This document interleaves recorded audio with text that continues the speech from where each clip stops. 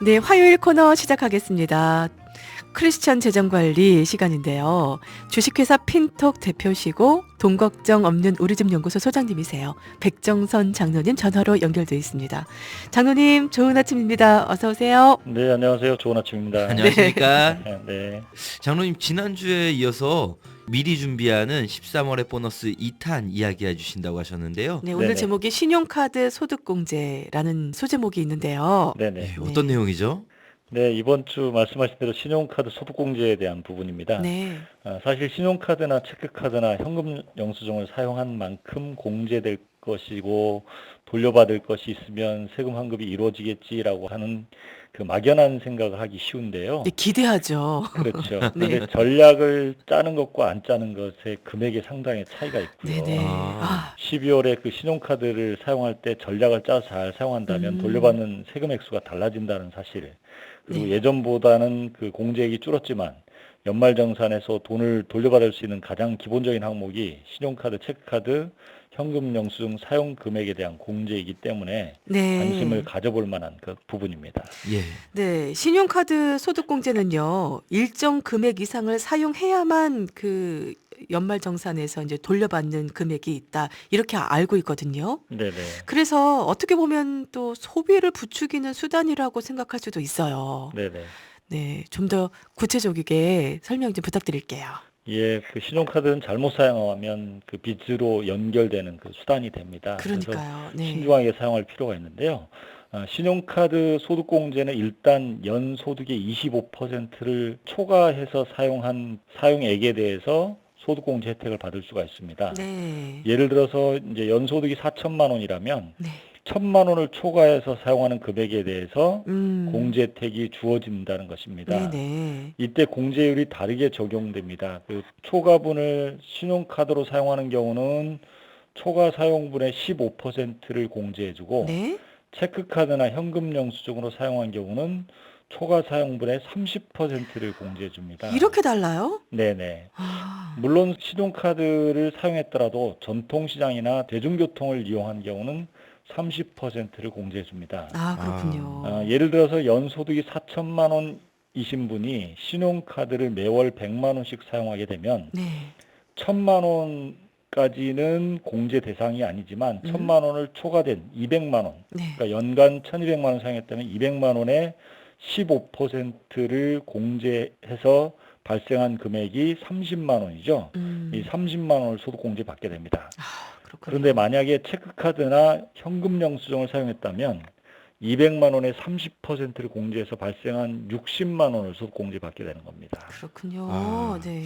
그러면 이 신용카드 사용과 체크카드 사용 이 정말 전략적으로 해야 될 것 같은데요.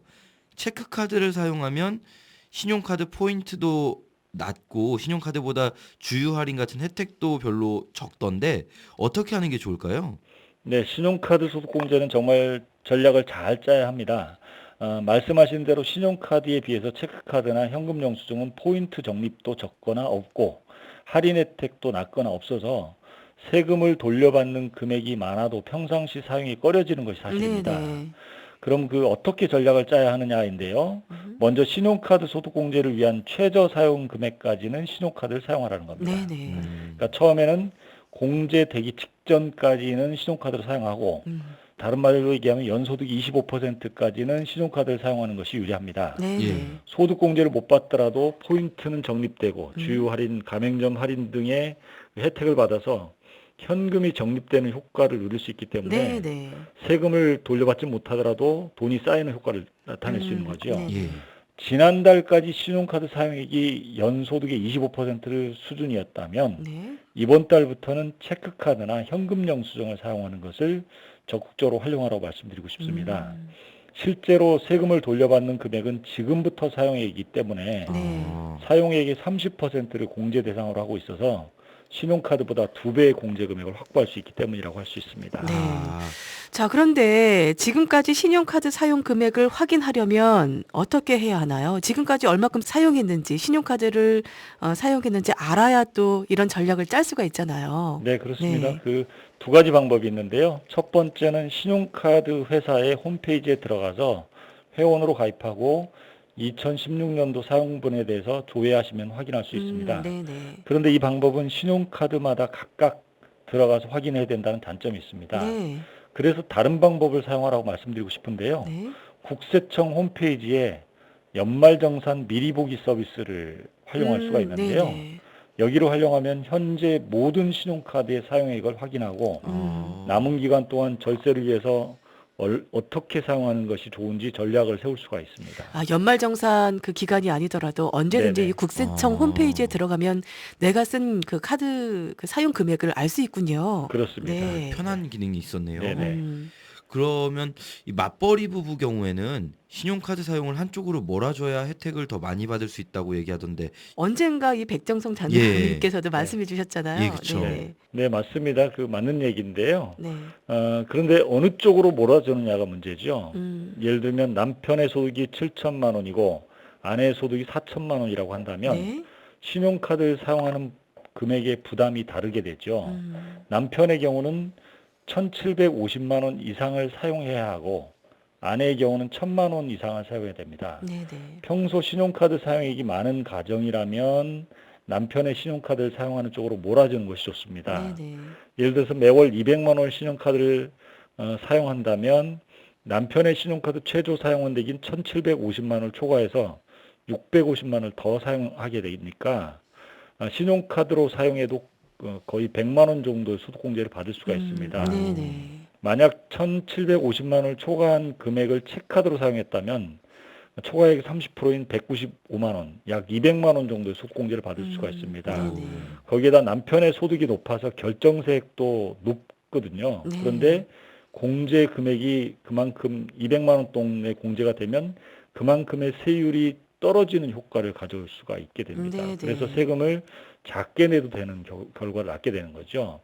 반대로 신용카드 사용액이 적은 가정이라면 소득이 적은 아내의 신용카드를 몰아서 사용하는 것이 좋습니다.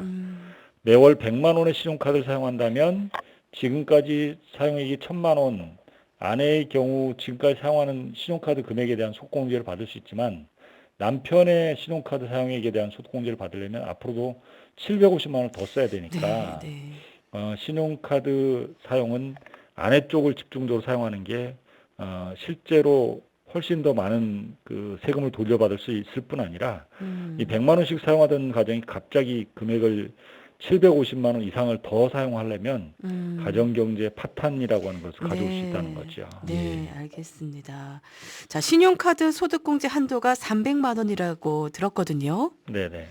혹시 추가로 더 공제받을 수 있는 방법이 있어요? 네, 그렇습니다. 신용카드 소득공제 한도는 300만 원이라서 네네. 신용카드나 체크카드, 현금 영수증으로 소득공제 받을 수 있는 금액은 300만 원까지만 받을 수 있습니다. 네. 그런데 전통시장 사용분이나 대중교통 이용분에 대해서는 각각 30%의 추가 공제가 주어져서 네. 각각 100만 원 한도로 추가로 공제를 받을 수가 있습니다. 그래서 지금까지 그 약 300만 원 소득공제 받을 수 있는 한도가 됐다. 그러면 지금부터는 그 동네 재래시장을 방문할 때는 또는 대중교통을 이용할 때는 네. 무조건 신용카드나 현금 영수증을 받는 것이 정말 중요합니다. 네, 조금 힘들더라도 네네. 대중교통 이용해서 재래시장을 가는 게 지혜롭군요. 아, 그러네요. 네. 예, 마지막으로 신용카드 소득공제에 대해서 또 다른 주의사항 있을까요? 네, 그 신용카드 소득공제를 받으면서 부양가족 공제 대상자라고 생각해서 형제자매가 사용한 신용카드 사용 금액을 공제 대상에 포함되나라고 생각할 텐데요. 네.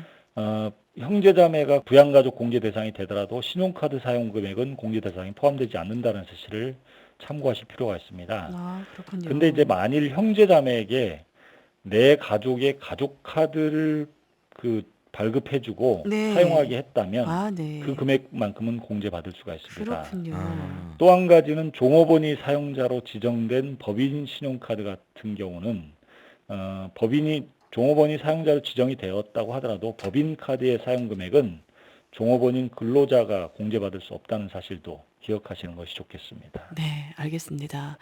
요목조목 정말 저희에게 유익한 그런 정보를 주셔서 감사합니다. 네, 자, 지금 방송은요, 저희 대전극동방송 골뱅이라고 네이버에 검색하셔서 저희 모바일 대전 극동방송으로 들어오셔서 지난 방송 좋은 아침입니다로 들어오시면 들으실 수 있습니다.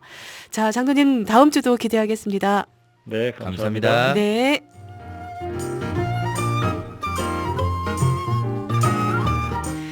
네, 크리스천 재정관리 함께했습니다. 주식회사 핀톡 대표시고요. 돈 걱정 없는 우리집 연구소 소장 백정선 장로님이었습니다.